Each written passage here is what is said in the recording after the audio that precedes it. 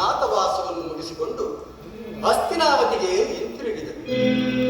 ವಿರಾಟರಾಯನ ಪುತ್ರಿಯಾದ ಉತ್ತರೆಯೊಡನೆ ಅಭಿಮನ್ಯುವಿನ ವಿವಾಹವಾಯಿತು. ತಮಗೆ ಬರಬೇಕಾದ ಅರ್ಧ ರಾಜ್ಯವನ್ನು ಪುನಃ ಕೊಡುವಂತೆ ಕೇಳಲು ಯುಧಿಷ್ಠಿರನು ತನ್ನ ಕುಲಪುರೋಹಿತರಾದ ಧೌಮ್ಯರನ್ನು ಸಂಧಿಗಾಗಿ ಆ ದುರ್ಯೋಧನನಿಗೆ ಕಳಿಸಿದರು. ಆದರೆ ಆ ದುರ್ಯೋಧನನು ಸಂಧಿಗೆ ಸಮ್ಮತಿಸಲಿಲ್ಲ ದೇವಿ. ಯುದ್ಧವೇನು ಅನಿವಾರ್ಯವಾಗಿ ಒದಗಿ ಬಂದಂತೆ. ಪುನಃ ಯುದ್ಧವೇ? ಹಾಗಾದರೆ ನಿಮ್ಮ ವಿಶ್ರಾಂತಿ ದಿನಗಳಿಂದ ಕಳೆದು ಹೋದವು.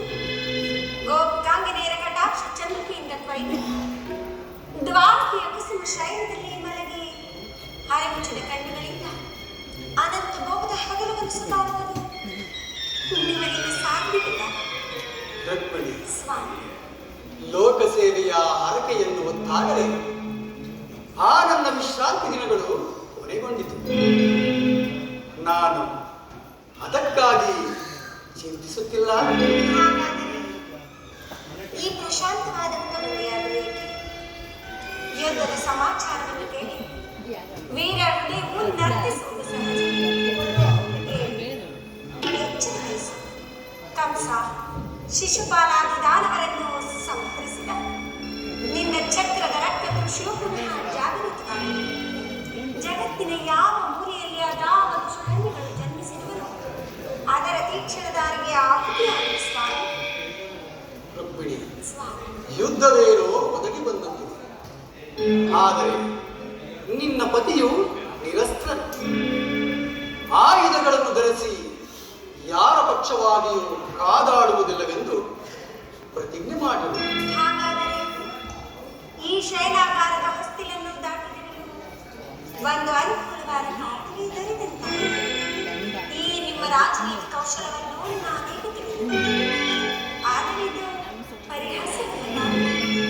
ಪರಿಹಾಸ್ಯವಲ್ಲ. ಗೋಪಿಕಾಂಗನೆಯರಿಂದ ಪರಿವೇಷಿತನಾಗಿ ಮಧುರ ವೇಣುಗಾನದಿಂದ ವಿಶ್ವ ಸೃಷ್ಟಿಯನ್ನು ಸೃಷ್ಟಿಸಿದ ಲಲಿತ ಕೃಷ್ಣನ ಮೊದಲ ರೂಪವನ್ನು ಜನರು ನೋಡಿರುವರು. ಕಂಸ ಶಿಶುಪಾಲಾದಿ ದಾನವರನ್ನು ಲೀಲಾ ಮಾತ್ರದಿಂದಲೇ ಸಂಹರಿಸಿದ. ಅವರ ಪ್ರಚಂಡ ಅಟ್ಟಹಾಸದಿಂದ ಜಗತ್ತಿನ ಹೃದಯವು ಪರಿತಪಿಸುತ್ತಿರುವುದು. ಈ ಸಾರಿ ಯುದ್ಧವು ಪ್ರಾರಂಭವಾದಾಗ ಇವೆರಡರಿಂದ ವಿಭಿನ್ನನಾದ ಬೇರೊಬ್ಬ ಕೃಷ್ಣನನ್ನು ಅವರು ನೋಡುವರು. ನಾನು ನಿರಸ್ತ್ರ. ಆಯುಧಗಳನ್ನು ಧರಿಸಿ ಯಾರ ಪಕ್ಷವಾಗಿಯೂ ಕಾದಾಡುವುದಿಲ್ಲವೆಂದು ನಿನ್ನೆ ಮಾಡಿರಬೇಕು. ಇಂತಹ ಅಪೂರ್ವ ಸಾಧನೆಯ ಉದ್ದೇಶವಾದರೇನು ಪ್ರಿಯ? ದುಷ್ಟ ಶಿಕ್ಷಣೆ, ಶಿಷ್ಟ ರಕ್ಷಣೆ. ಭಾರತ ವರ್ಷದಲ್ಲಿ ಆದರ್ಶಭೂತವಾದ ಧರ್ಮರಾಜ್ಯವೊಂದನ್ನು ಸ್ಥಾಪಿಸಬೇಕೆಂಬುದು ನನ್ನ ಜೀವನದ ಏಕಮಾತ್ರ ನಿರಂತರ ಪರಿಶ್ರಮದ ಸವಿಗನಸು. ಯೌವನವು ಕಳೆದು ವಾರ್ಧಿಕ್ಯದ ಮೊದಲ ಹಂತದಲ್ಲಿ ಕಾಲಿಟ್ಟೆನಾದರೂ ಆ ನನ್ನ ಕನಸ್ಸಾಗಿಯೇ ಉಳಿದಿರುವುದು. ಅದಕ್ಕಾಗಿ ಹಿಂಸಾ ಪ್ರಿಯರಾದ ಸಂಖ್ಯಾತ ದಾನವರನ್ನು ಮಾನವನೇ ಮಾನವ ಜಾತಿಯ ಪರಮ ಶತ್ರುವೆಂದು ಈಗ ತಿಳಿದೆನು. ಮುಂದಿನ ಯುದ್ಧದಲ್ಲಿ ಮಾನವನ ಪ್ರಗತಿಗಾಗಿ